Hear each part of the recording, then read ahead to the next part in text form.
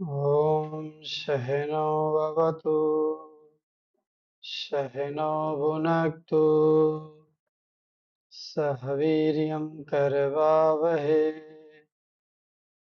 तेजस्विनावधीतमस्तु मा विद्विषावहै। ॐ शान्ति शान्ति शान्तिः। हरिः ओम्। श्रीगुरुभ्यो नमः।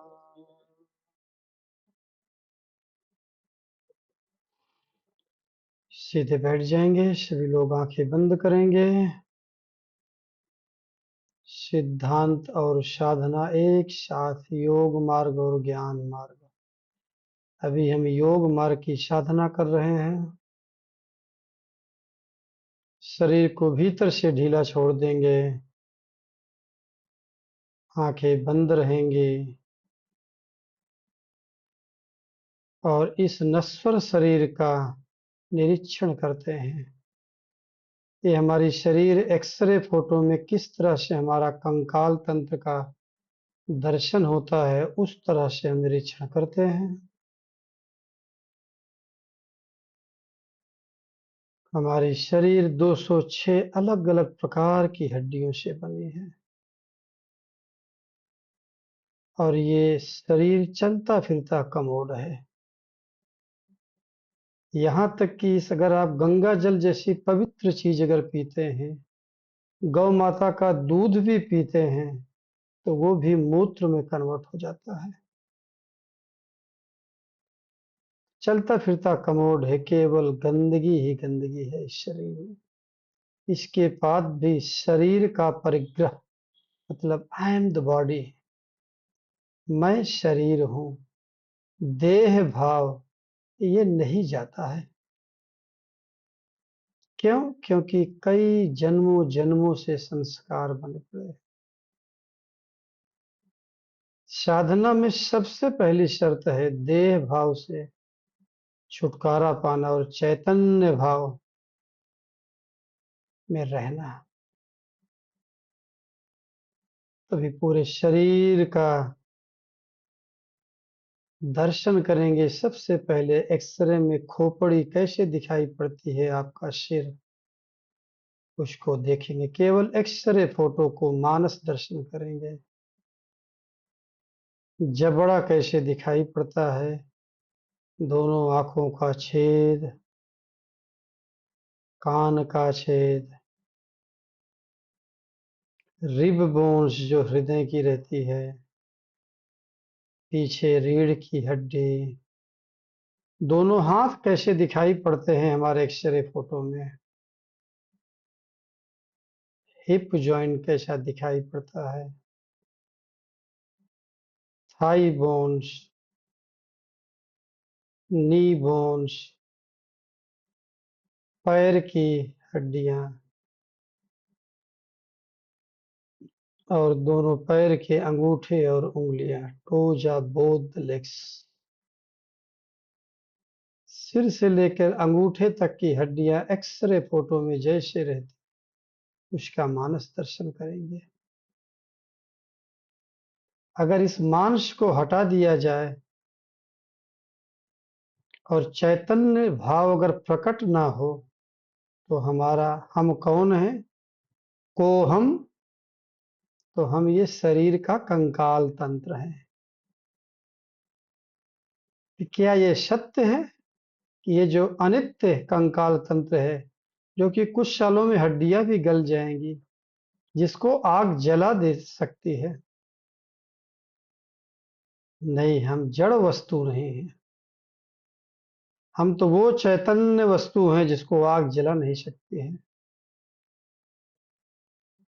चैतन्य भाव जैसे ही प्रकट होता है, हमारे अंतःकरण के कल्मश स्वतः दग्ध हो जाते हैं, जल जाते हैं और अंतःकरण पवित्र और शुद्ध हो जाता है। तो हम चैतन्य हैं, ना कि जड़ हैं। हमेशा उसी भाव में बने रहना, निर्लिप्त भाव से बने रहना, पूर्णता का अनुभव करते रहना चाहिए। आहिस्ता आहिस्ता पलक झपकाएंगे और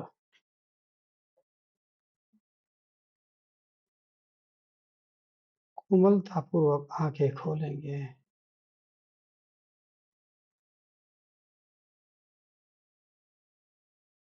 हमारी ये साधना प्रतिप्रसव साधना की यात्रा है। प्रतिप्रसव साधना योग मार्ग और ज्ञान मार्ग दोनों का समन्वय है, दोनों का ब्लेंड है, इंटीग्रेशन है। साथ में साधना के साथ में कृपा का भी समन्वय है। महर्षि पतंजलि भी बोलते हैं ईश्वर प्रणिधानात्। अगर ईश्वर प्रणिधान नहीं है, ईश्वर के प्रति समर्पण नहीं है, तब भी हमारा विवेक जागृत नहीं हो सकता है और साधना की परिपूर्णता नहीं मिल सकती है। कल हम लोगों ने साधना की कुछ बेसिक चीजें डिस्कस किए थे। साधना के चरण क्या हैं, जिसमें मन का संयम। मन के संयम का मतलब है कि जो मन हमारा विषयों की तरफ हमेशा लगा रहता है, वही मन चैतन्य की तरफ लग जाए, मन एकाग्र हो जाए। देखिए, मन तो एकाग्र एक साइंटिस्ट का भी होता है, लेकिन वो एक्सटर्नल एकाग्र है। मन तो एकाग्र एक कवि का भी होता है। मन तो एकाग्र चोर का भी होता है, जो चोरी करता है। वो भी बोलता है मैंने मन का संयम किया है, तभी चोरी कर रहा हूं। लेकिन यहाँ जिस मन के संयम की बात हो रही है, वो हमारा मन की एकाग्रता आत्म तत्व को पहचानने के लिए, चेतना कॉन्शसनेस को रिकॉग्नाइज करने के लिए। स्मृति लब्ध्वा, कल हमने बात किया था कि हमारी यात्रा विस्मृति से स्मृति की है। तो यहाँ उस मन के संयम की बात हो रही है। और फिर इसके बाद ये संयम क्यों करना पड़ रहा है?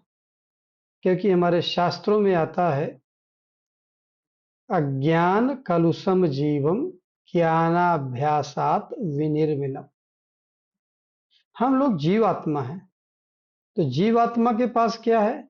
अज्ञान का आवरण है, अविद्या का आवरण है। जब तक ये अविद्या का, अज्ञान का जो आवरण, जो पर्दा है, नहीं हटेगा, तब तक हम अपने स्वरूप को, रूप क्या है? जो हम चेहरा देखते हैं, जो मांस का बना हुआ है, जो कि नष्ट हो जाएगा, लेकिन हमारा स्वरूप कभी नष्ट नहीं होता है। यही रूप और स्वरूप में अंतर है। रूप आपका बदलता रहेगा। अभी हम यंग एज के हैं, हमारा रूप अंगूर जैसा है। थोड़ा सा बूढ़े हो जाते हैं तो वही अंगूर जो है सूख करके किशमिश बन जाती है, तो किशमिश जैसे हम हो जाते हैं। इसलिए कभी भी अपने रूप के ऊपर कभी भी ज्यादा अहंकार नहीं करने का। हमको अपने स्वरूप को पहचानना है। यहाँ हमारे शास्त्र बोलते हैं कि अज्ञान कलुषम जीवम। आपके पास अज्ञान है तभी जन्म हुआ है।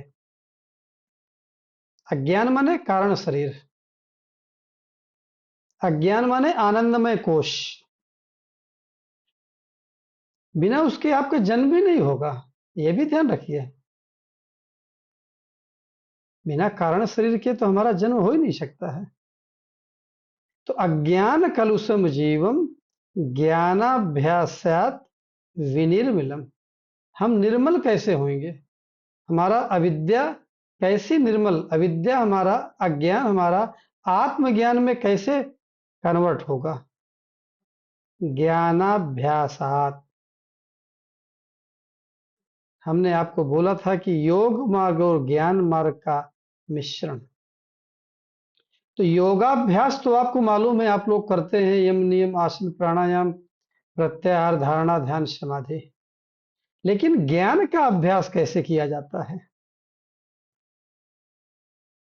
ये सबसे बड़ा चैलेंजिंग है कि हम ज्ञान का अभ्यास कैसे करते हैं। हमने सुख दुख का एनालिसिस जो किया था उसमें बताया था कि ज्ञान का अभ्यास कैसे किया जाता है। तद कथनम तत्चिंतनम, बस उसी एक आत्म स्वरूप के बारे में बात करना, उसी का चिंतन करना, और कुछ भी नहीं। और ज्ञान का अभ्यास कैसे किया जाता है? श्रवण मनन निधिध्यासन, आत्म विचार के द्वारा। अब आत्म विचार में क्या होता है? एक तो होती है हमारी हैबिचुअल थिंकिंग और दूसरा होता है पर्पजफुल थिंकिंग। तो हैबिचुअल थिंकिंग हमारी चली जाती है।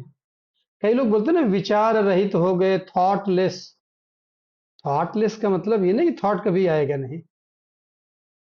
थॉटलेस का मतलब होता है जो हमारी हैबिचुअल थिंकिंग है वो धीरे धीरे स्वतः क्षीण हो जाती है, उनका क्षय हो जाता है। लेकिन इन्हीं जो हैबिचुअल थिंकिंग है, इस हैबिचुअल थिंकिंग कन्वर्ट हो जाती है पर्पजफुल थिंकिंग में। तो इसको बोला जाता है ज्ञानाभ्यास। तो आप लोगों ने योगाभ्यास भी देखा और ज्ञानाभ्यास भी देखा। जब दोनों साथ में चलते हैं तब उससे हमारा जीवन सार्थक बनता है। हम सफल तो हो सकते हैं जो सांसारिक काम करके, लेकिन हमारा जीवन सार्थक नहीं हो सकता है। हमको अपने जीवन को सार्थक बनाना है। मात्र सफल बन जाने से, गुड ह्यूमन बीइंग बन जाने से, अपने लाइफ को, मैंने, कई लोग केवल इतने में खुश रहते हैं, मैंने अपने लाइफ को बहुत अच्छे से मैनेज कर लिया। अभी भी आप इसी संसार में ही हैं। Being a good person is not enough at all, कि हम अच्छे व्यक्ति बन गए और बस इतना ही खत्म है। ज्यादातर लोगों का जीवन केवल मन के संयम एकाग्रता से ही खत्म हो जाता है कि I am a good person.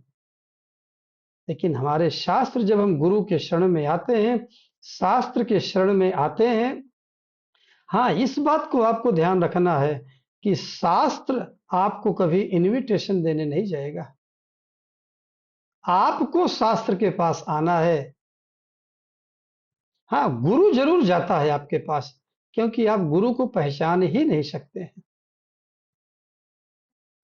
क्योंकि सच्चा गुरु का भी जो व्यवहार काल है, जो सच्चे गुरु का जो एक्शन है, वो आपको नॉर्मल आदमी की तरह लगेगा, लेकिन वो किस भाव में भीतर से जी रहा है ये आप नहीं पहचान सकते हैं।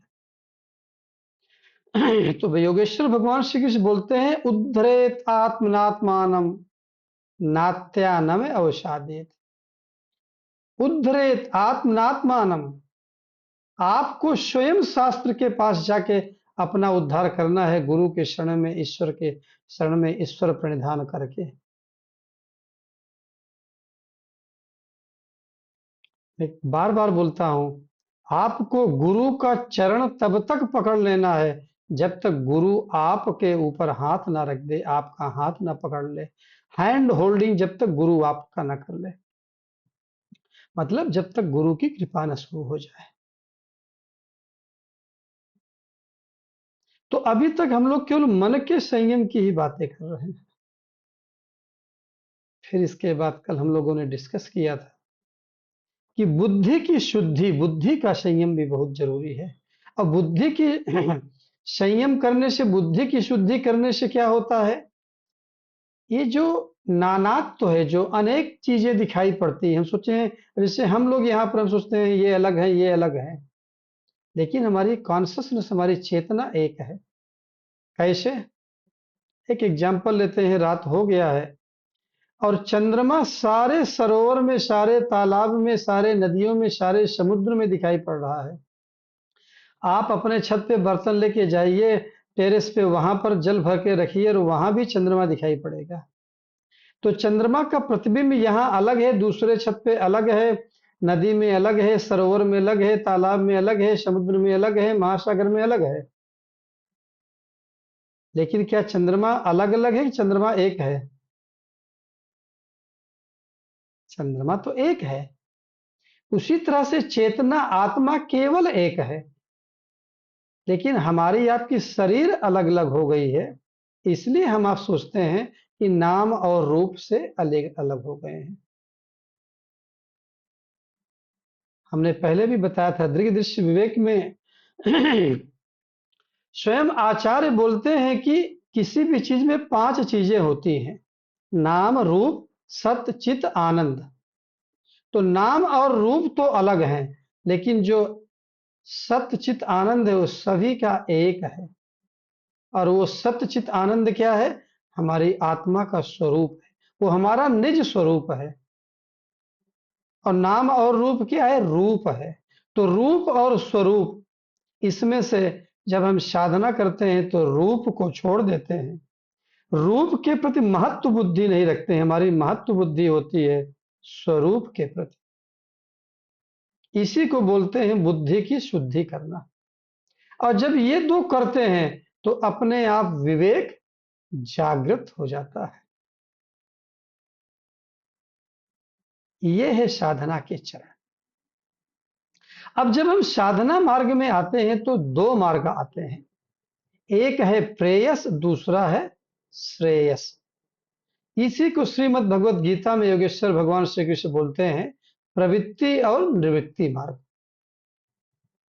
कठोपनिषद में यमाचार्य बोलते हैं, आचार्य यम बोलते हैं, यमराज जी।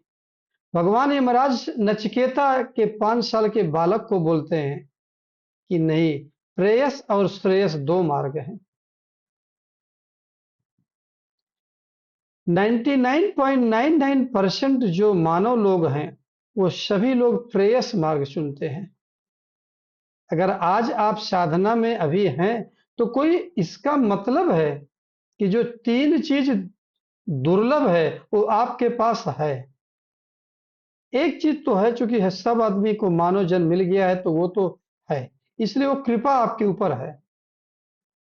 दूसरा चीज क्या रहता है? दूसरी है ईश्वर गुरु कृपा। और तीसरा दुर्लभ चीज क्या है? मुमुक्षुत्व, जिज्ञासा आना कि मुझे अपने स्वरूप को जानना है। सभी लोग, अभी देखो, शायद आज कहीं कोई भेजा था हमारे पास कि महाराष्ट्र में पुणे के आसपास कोई क्रीम जो है हमारी माताएं बहनें लगाती थी, 2-3 कंपनी की क्रीम लगाने से उनको जो है कुछ किडनी की प्रॉब्लम हुआ। सभी का एक चीज था, उसमें रिसर्च किया गया तो अभी गवर्नमेंट ने उस कंपनी को बैन किया जो है। केवल क्रीम लगाने से जो है किडनी खराब हो गई। उसमें लेड और मरकरी की मात्रा बहुत ज्यादा थी, लेकिन चूंकि गोरापन दे रहा था तो लोगों को रूप सही करना है। आज मुझे किसी ने व्हाट्सएप पर भेजा था, गवर्नमेंट ने बैन किया उस कंपनी को सारा। ये जो मीशो जो ऑनलाइन प्लेटफॉर्म है ना, फ्लिपकार्ट, ये अमेजन वगैरह, इससे सेल हो रहा था। तो आजकल लोग उसी से देख के ऑनलाइन मंगाते हैं। तो हम जिस रूप के पीछे सभी लोग भाग रहे हैं उसको बोलते हैं प्रेयस मार्ग। तो हम लोग जो प्रेयस मार्ग के बारे में अभी तक जो डिस्कशन कर रहे थे पुरुषार्थ चतुष्टय में, तो प्रेयस मार्ग क्या है? ये धर्म, अर्थ और काम, ये तीनों प्रेयस मार्ग हैं। ऐसे आप धार्मिक व्यक्ति बन गए, लेकिन आप धार्मिक हैं तो अभी भी सांसारिक हैं, प्रेयस मार्ग पे हैं। आप, you are a good person, still you are a प्रेयस मार्ग, इन प्रेयस मार्ग, यू आर इन प्रवृत्ति मार्ग, आप सांसारिक हैं। मैंने क्या बताया, ज्यादातर लोगों की पूरा जीवन केवल अच्छा बनने में चला जाता है और सोचते हैं this is only end of the life, मैं अच्छा व्यक्ति बन गया। अभी भी प्रवृत्ति मार्ग में है, प्रेयस मार्ग में है, सांसारिक मार्ग पे है। धर्म, अर्थ और काम, ये प्रेयस मार्ग के अंतर्गत आता है।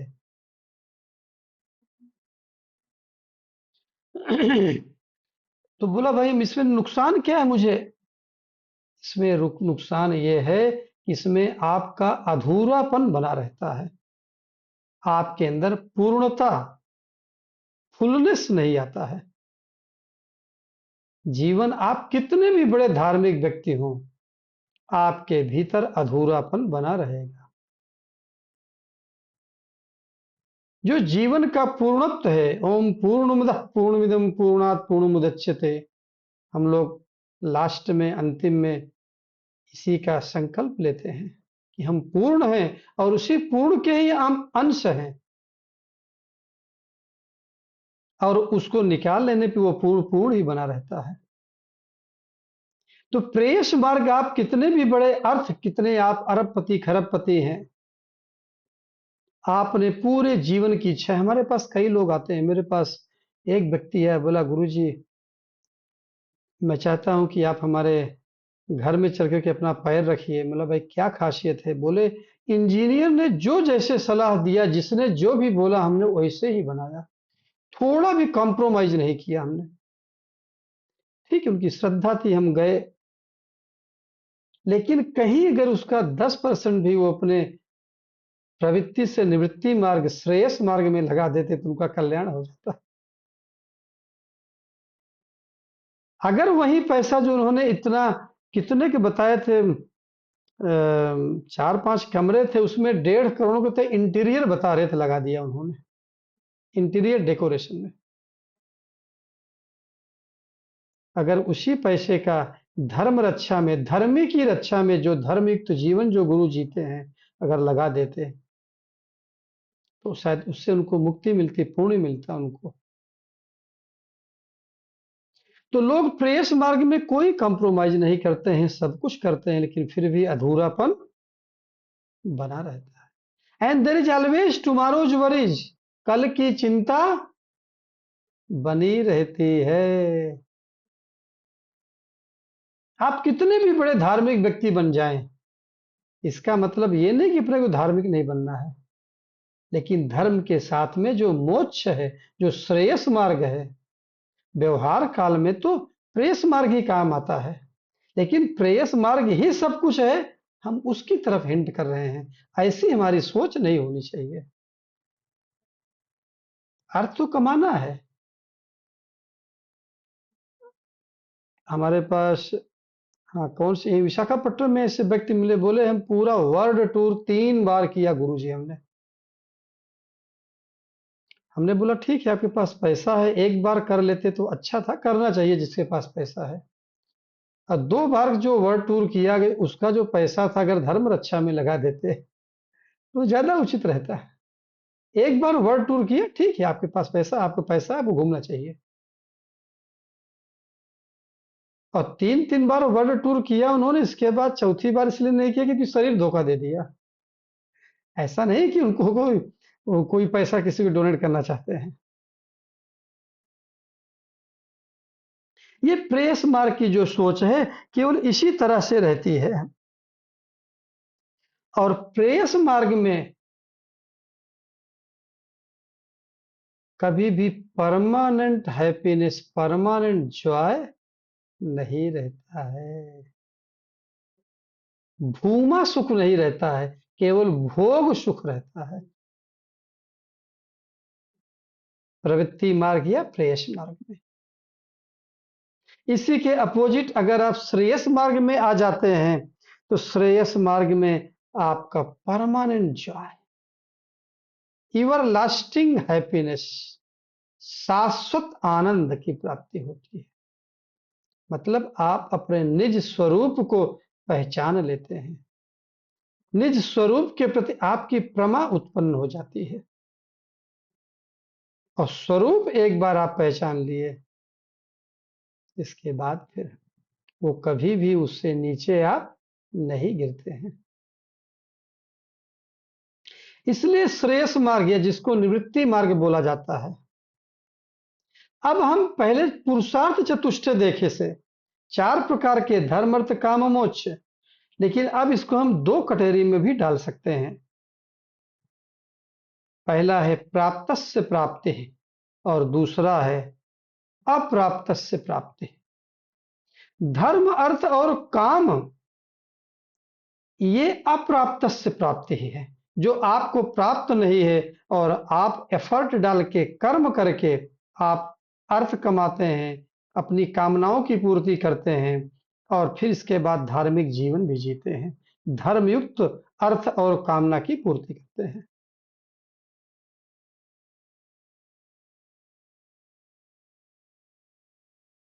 दूसरी तरफ निवृत्ति मार्ग है, श्रेयस मार्ग है।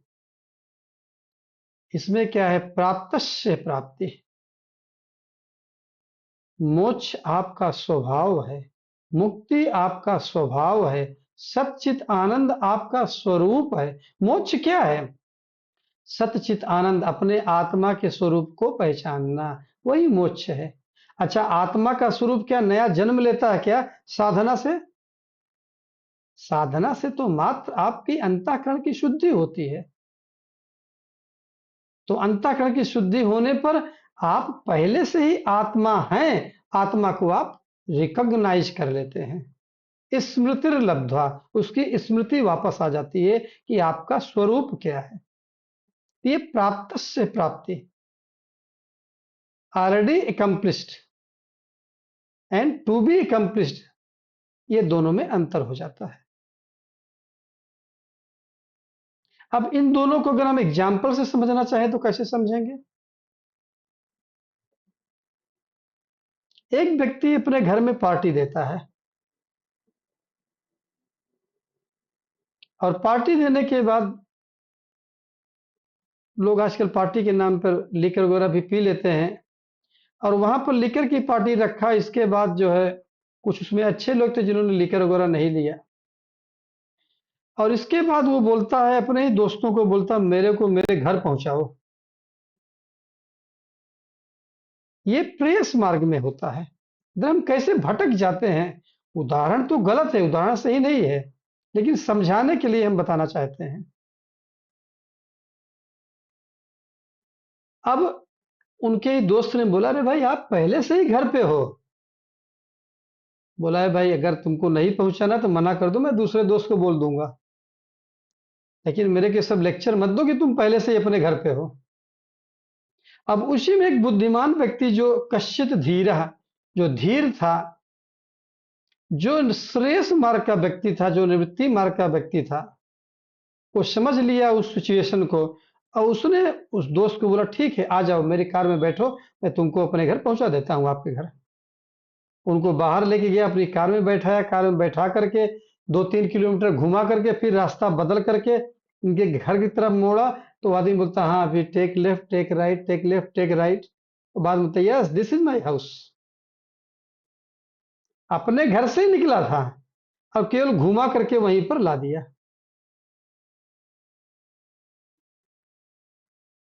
सेम सिचुएशन में प्रेयस मार्ग का आदमी कैसे डिसीजन लेगा और श्रेयस मार्ग का प्रवृत्ति और निवृत्ति जो होती है वो कितनी जरूरी है उसकी पहचान। एक और एग्जाम्पल हम ले लेते हैं जो नॉर्मल हमने पहले भी दिया हुआ है। जब लोग अपनी चाबी भूल जाते हैं, अब आदमी चाबी अपने कार की भूल गया, मान लीजिए घर की भूल गया, सब जगह गया देखा, फिर इसके बाद उसको घर की चाबी नहीं मिली। अब क्या करेगा वो? अपनी कार में खोजा सब जगह, जहां ऑफिस में सब जगह, बोला भाई मैं तो ऑफिस से आ गया, घर की चाबी कहाँ है?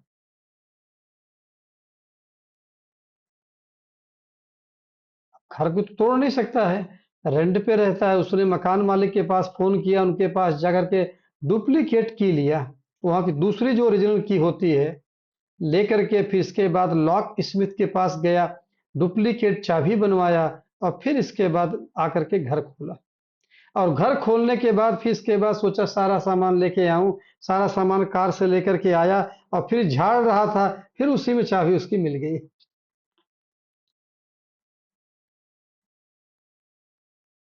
ये सब ऐसी सिचुएशन जो हमारे सबके जीवन में होती रहती है।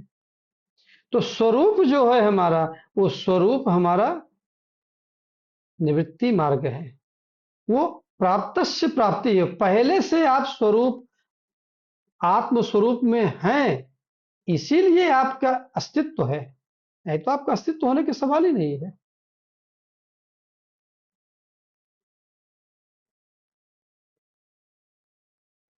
तो धार्मिक होना अच्छी बात है। Being a good person that is also good thing, but this is not the end. ये अपने को समझना है। साधना में सबसे बड़ी चीज, ये छोटी छोटी चीजें लोग बताते नहीं हैं, जबकि इनका बहुत बड़ा प्रभाव पड़ता है। तो आज हम लोगों ने भी देखा कि जो धर्म अर्थ काम मोक्ष को हमने देखा, उसमें से हमने देखा कि धर्म अर्थ और काम ये प्रवृत्ति मार्ग है, प्रेयस मार्ग है। ये अप्राप्त से प्राप्ति है। इसको हमको कर्म कर करके मेहनत करके कमाना है, और उसकी भी जरूरत है संसार में। लेकिन इतना मत पकड़ लो इसमें, इसी रूप में ना फंस जाओ कि अपने स्वरूप को भूल जाओ। साधना हो रही है अंतःकरण को मांजने के लिए। जैसे हम बर्तन को मांजते हैं, चमक जाता है, शुद्ध हो जाता है। उसी तरह से जब साधना के द्वारा मांजते हैं अंतःकरण को, क्योंकि अंतःकरण दर्पण है, मीडियम है, जहां हमारी चेतना का रिफ्लेक्शन होता है।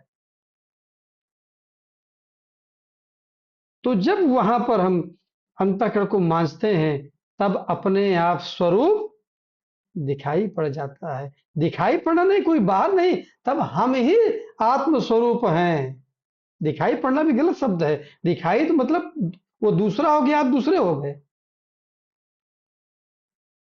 जब अंतःकरण साफ हो जाता है तो पता चलता है हम ही आत्म स्वरूप हैं, जो कि आंखों से नहीं दिखाई पड़ सकता है। इसकी मात्र अनुभूति हो सकती है, और उसको हम आत्म अनुभूति बोल सकते हैं, अपरोक्ष अनुभूति बोल सकते हैं।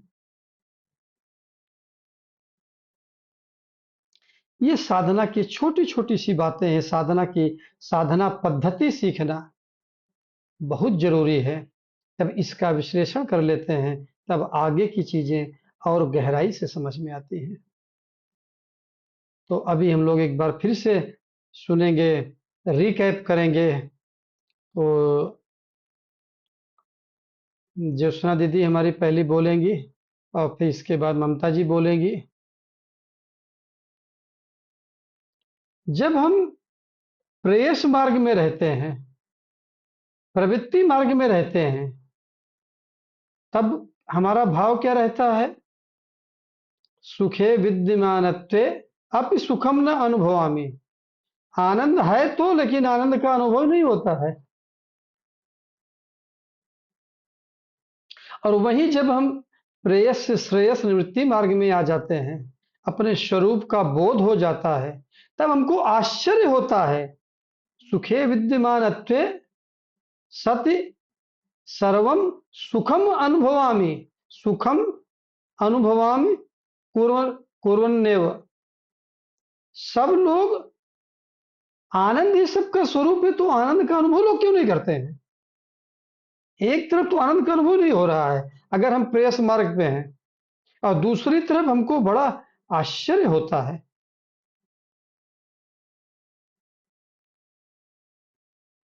कि हमको आनंद, जब हमारा स्वरूप है तो आनंद का अनुभव क्यों नहीं हो रहा है, उसकी आत्म अनुभूति क्यों नहीं हो रही है?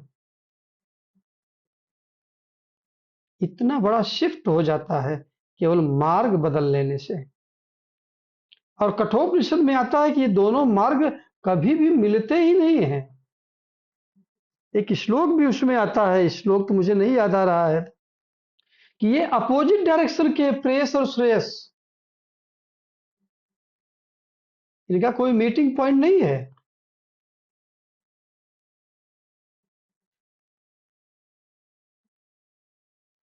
तो इतना ज्यादा समझदारी बढ़ाने से, समझ का बल के समझदारी को महत्व देने से, हमारी महत्व बुद्धि हम किस में दे रहे हैं? अपने रूप के लिए दे रहे हैं, नाम रूप के लिए, या हमारी महत्व बुद्धि हमारी स्वरूप के लिए है?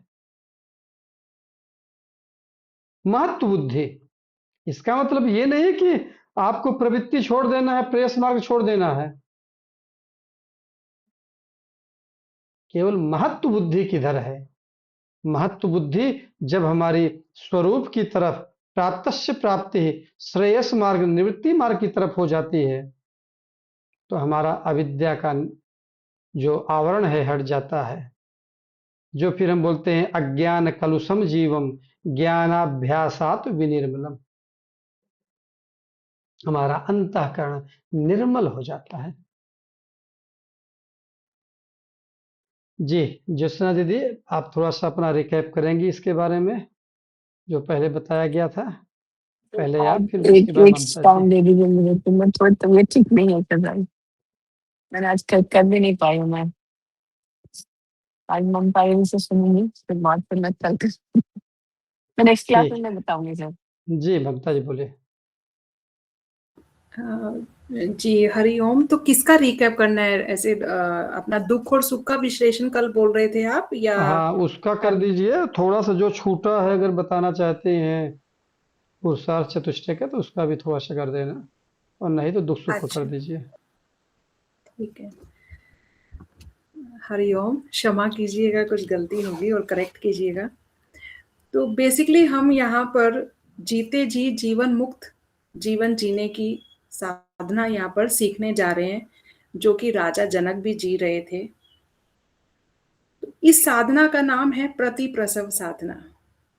तो प्रतिप्रसव साधना में हमने मुनि महिषानंद जी के श्रीमुख से हमने जो समझा है और सुना है जितना, कि प्रति प्रसव साधना के पहले चरण में हमने सीखा है दुख और सुख का विश्लेषण। और हर मनुष्य को दुख से बचना होता है, स्वभाववश वो अपने दुख से बचना चाहता है, इसलिए दुख का विश्लेषण बहुत जरूरी हो जाता है। यहाँ पर जो प्रति प्रसव है, तो प्रसव का मतलब है उत्पन्न, यानी कि दुख उत्पन्न हुआ, और ये मानव जीवन लिया है तो दुख तो रहेगा ही। और जो प्रति प्रसव का मतलब है कि वो जो दुख उत्पन्न हुआ है उसका निवारण, वो हम प्रति प्रसव साधना के पहले चरण में हम सीखते हैं।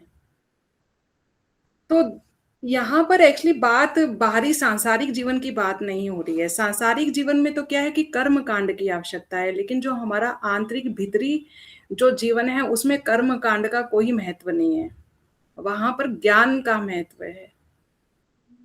तो जब हमें ज्ञान हो जाता है, ज्ञान भी किसके माध्यम से होगा? गुरु के श्रीमुख से के माध्यम से, हमें शास्त्रों के माध्यम से, वेदांत के माध्यम से हमें ज्ञान होगा। तो ज्ञान के माध्यम से दुख का निवारण कैसे हो, ज्ञान के माध्यम से कैसे होगा, उसका एक छोटा सा एग्जांपल जैसे है कि जैसे मान लीजिए मेरे तो स्पेक्स लगे हुए हैं, ये यहाँ पे है मान लीजिए, अभी मेरे को तो कुछ नोट्स दिखेगा नहीं, मैं जो भी कुछ है नोट्स ले भी नहीं सकती, क्लास का टाइम हो गया, अभी क्या करूं, मन परेशान हो गया कि अरे ये तो मिल नहीं रहा, क्लास अटेंड करके भी क्या होगा। तो इतने में जैसे मेरी बेटी आई, उसने इशारा दिया कि अच्छा मम्मी परेशान हो रखी है, इशारा किया तो मैंने इसको यहाँ लगा लिया। तो यानी कि ज्ञान हो गया, जिसको मैं ढूंढ रही थी वो मुझे मिल गया, तो ज्ञान हो गया। वैसे ही एक छोटा सा एग्जाम्पल है जो हमेशा आता है कि मैं तो पुणे में रहती हूँ, तो हम लोग की सोसाइटी में तो सांप वगैरह ऐसे ही निकलते रहते हैं। शाम हो गई मान लीजिए, अंधेरा होने के बाद हम दो जन वॉक कर रहे हैं, रास्ते में हमें ऐसा रस्सी जैसा दिखा, या सांप, हमें लग रहा है वो सांप जैसा कुछ दिखा कि सांप है, और हम डर गए कि सांप निकला, चलो वॉचमैन को बुलाते हैं, किसी को बुलाते हैं, या किसी सपेरे को बुलाते हैं। लेकिन आवाज करेंगे तो थोड़ा भय भी है। तो हम इतने में देख रहे हैं कि एक टू व्हीलर, कि वो रस्सी है, सर्प नहीं है। क्या मेरी आवाज आ रही है? हाँ ठीक है, अच्छा थोड़ा सा अच्छा कटिंग हो ठीक। रहा था, बीच में डिस्टर्ब था। अच्छा अच्छा, हाँ मुझे लगा कुछ ऐसा। तो जैसे ही ये ज्ञान हुआ कि वो सर्प नहीं रस्सी है, रोशनी के कारण से, रोशनी ने क्या किया कि वो सत्य को सत्यापित कर दिया, प्रमाणित कर दिया कि ये रस्सी है, सांप नहीं है। तो ये हो गया ब्रह्म ज्ञान। लेकिन जब हम पहले अंधकार में जब चल रहे थे, तो उस समय हमें लग रहा था वो सर्प है जिससे हम डर रहे थे, वो था ब्रह्म ज्ञान। तो जब वेदांत के को जब हम देखते हैं, उससे जब हम सीखते हैं, उसका ज्ञान जब हमें होता है, तो हमारे दुख का निवारण ऐसे ही हो जाता है जैसे सर्प से जो हमें डर हो रहा था, मृत्यु का भय हो रहा था, डर लग रहा था, उससे हमें मुक्ति मिल गई। और वेदांत में आगे अभी क्या कि डेली रूटीन में हम इसको कैसे अप्लाई करें, तो डेली रूटीन में अपनाने के लिए वेदांत में ही हमें 2 सूत्र मिलते हैं। एक है फास्टनेस और एक है फोकसिंग। तो यदि हमें फास्टनेस को कैसे पकड़ना है कि मान लीजिए हम आवेश में आ गए, क्रोध में आ गए और हम वॉक कर रहे हैं, तो हम देखेंगे कि नॉर्मल चाल से ज्यादा फास्ट चाल हमारी हो गई है, हमारी स्पीड बढ़ गई है। तो जो फास्टनेस है वो हमारे दुख का कारण बनती है। 99% केसेस में फास्टनेस हमारे दुख का कारण बनती है। अब फास्टनेस को स्लोनेस में कैसे कन्वर्ट किया जाए? देखिए, सबसे पहले तो दुख का कारण हमें पता लग गया, उसका निदान भी हमें पता लग गया, बस उसका ब्रिज बनाने की हमें एक जरूरत है ज्ञान के माध्यम से। तो 50% तो समस्या का निवारण हो जाता है यदि समस्या भी पता लग गई, समस्या का निदान भी पता लग गया। तो स्लोनेस कैसे लेके आएंगे? तो उसका सिंपल सा तरीका है कि आप अपने अंदर झांके, उसको एनालिसिस करें कि हाँ, मेरी हार्ट बीट बढ़ रही है, मेरा ब्लड सर्कुलेशन बढ़ रहा है। जैसे ही आप उसको एनालिसिस करने की आपको आदत पड़ेगी, आपको प्रैक्टिस होगी, आप देखोगे ऑटोमेटिकली वो हार्ट बीट आपकी शांत होने लग गई है और आप फास्ट वॉकिंग कर रहे हैं, तब भी अंदर आपके स्लोनेस ही है। तो आपके 99% दुखों का निवारण इससे हो जाएगा। इसका मतलब क्या है कि ज्ञान क्या करता है कि जैसे बारिश हो रही है लेकिन हमने छाता ले लिया, तो ज्ञान छाता है जो हमको बारिश में भीगने नहीं देगा। तो समस्या है फास्टनेस, बाहरी कामों में फास्टनेस है, पर अंदर हम स्लोनेस वो छाता रूपी ज्ञान से हम ला सकते हैं। दूसरा कारण क्या है? फोकसिंग। फोकसिंग तो देखिए आम जीवन में हमें फोकसिंग करनी पड़ती है, एकाग्रता करनी पड़ती है कि कभी हमारा रिसर्च का काम है, हम आईटी में काम कर रहे हैं, डॉक्टर है, इंजीनियर है, जो भी है, फोकसिंग तो होती है। लेकिन जैसे घर के अंदर मान लीजिए हमारी एमसीबी है, मेन स्विच बोर्ड है, मेन स्विच बोर्ड में कई बार हमारा जो पावर ट्रिप हो जाता है, तो हम क्या करते हैं, उसको पहले बंद करते हैं फिर खोलते हैं, यानी कि पोज की जरूरत होती है। वो पोज कैसे आएगा? यदि साल के 365 दिन हम फोकसी रखेंगे तो वो हमारे दुख का कारण बनता है। लेकिन 24 घंटे में ही हम यदि हम 10 मिनट से 30 मिनट अपने लिए निकालें और हम डी फोकसिंग करें, डी फोकसिंग कैसे करेंगे? जिसमें मन हमारा शांत हो। मन शांत करने के लिए हम कई चीजें अपना सकते हैं, हम ध्यान कर सकते हैं, प्राणायाम कर सकते हैं, संगीत सुन सकते हैं।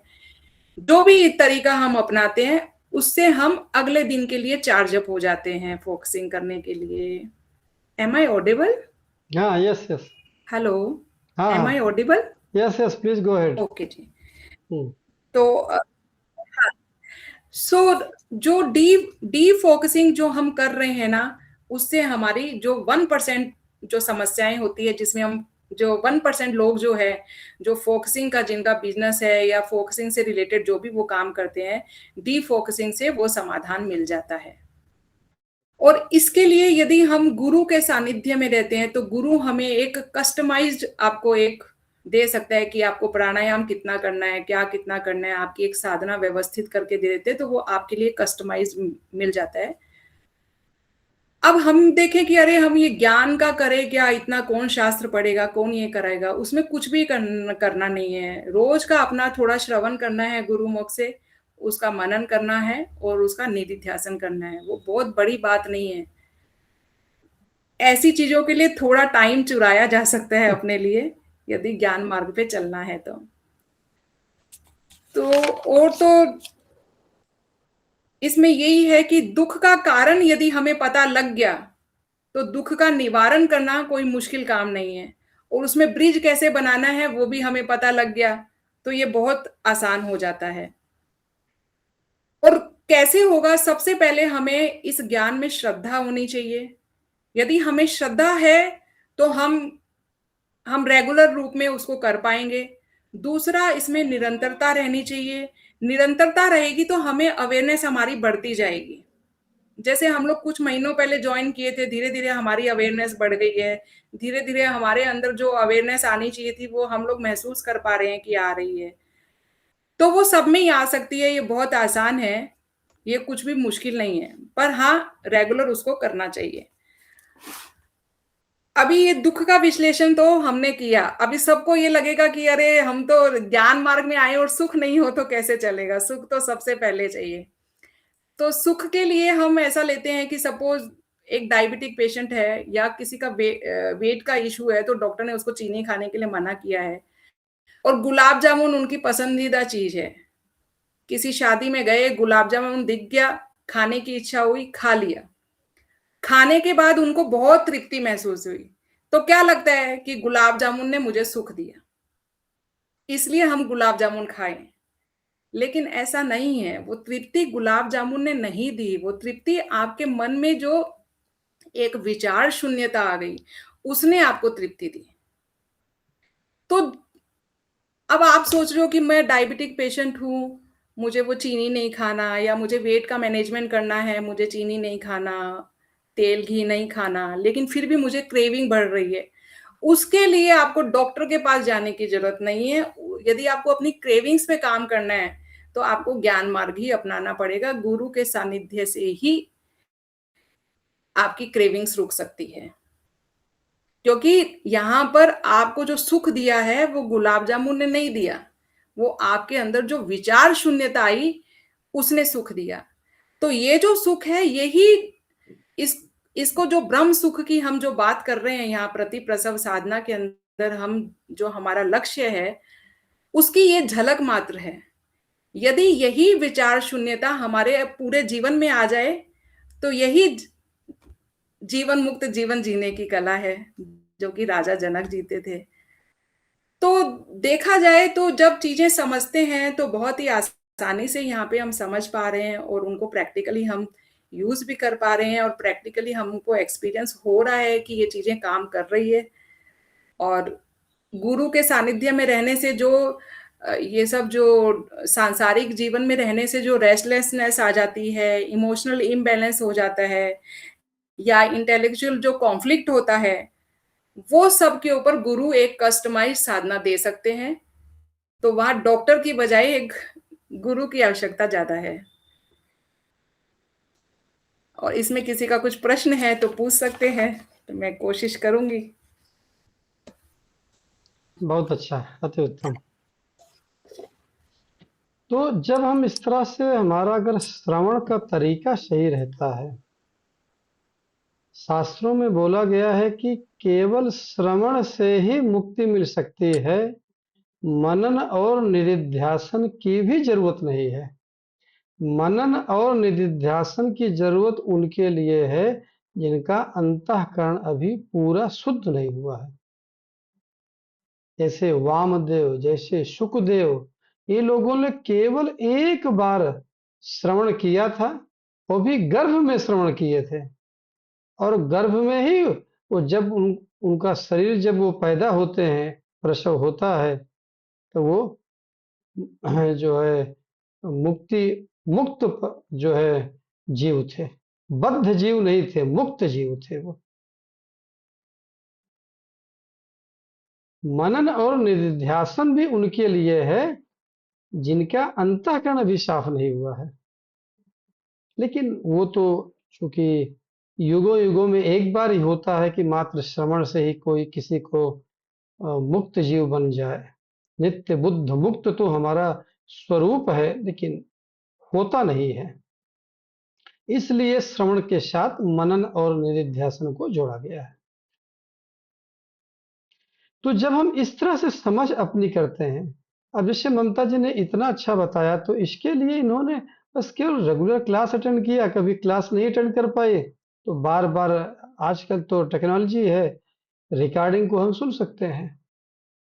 और इतना तो सबको घर में समय मिल जाता है, 1 घंटे 2 घंटे का, कि हम रिकॉर्डिंग को सुन सकें। तो अभी हम लोग मेडिटेशन क्लास करेंगे। सभी लोग सीधे बैठ जाएंगे, आंखें बंद रहेंगी, शरीर को ढीला छोड़ देंगे।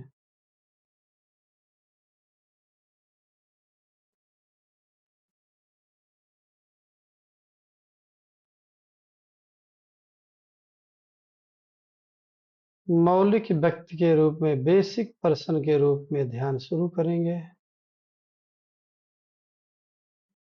शरीर हमारी शिथिल हो रही है, शरीर शिथिल हो रही है, और शरीर शिथिल हो गई। सांस भी धीमी और गहरी हो रही है।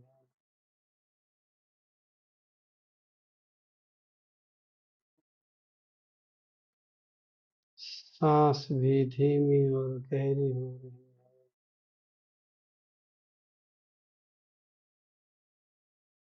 सांस भी शिथिल हो गई है।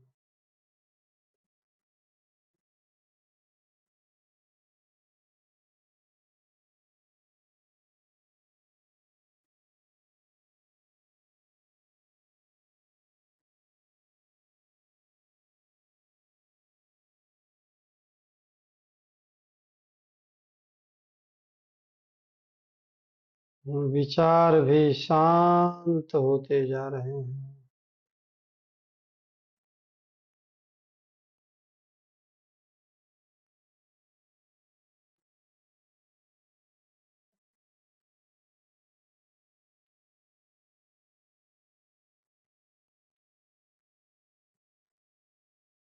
विचार भी शांत,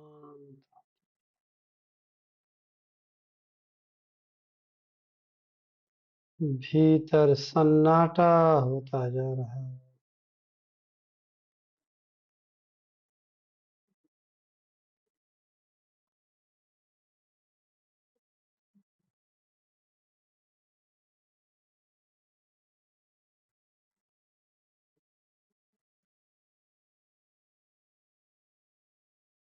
मन भी शांत हो रहा है।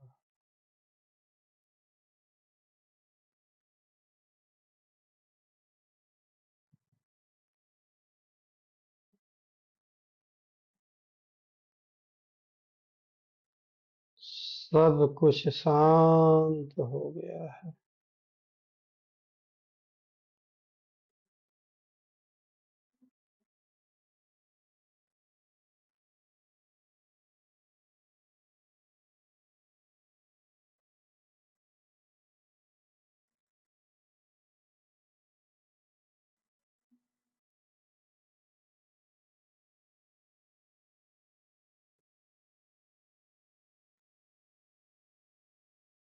एक अनोखी शांति का एहसास हो, अनुभूति हो रही है।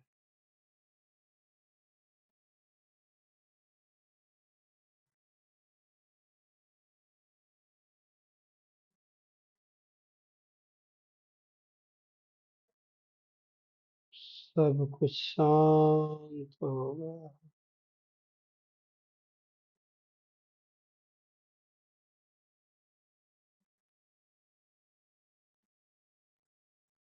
एक गहरी सांस लेंगे, आहिस्ता आहिस्ता पलक झपका करके आंखें खोलें। बाहर भी सब कुछ शांत है। ओम पूर्णमदः पूर्णमिदं पूर्णात् पूर्णमुदच्यते पूर्णस्य पूर्णमादाय पूर्णमेवावशिष्यते।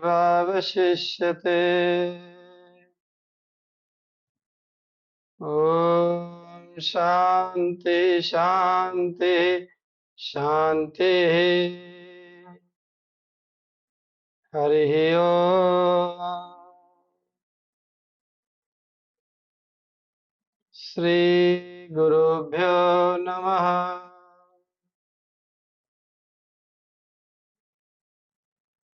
हरि ओम तत्सत्।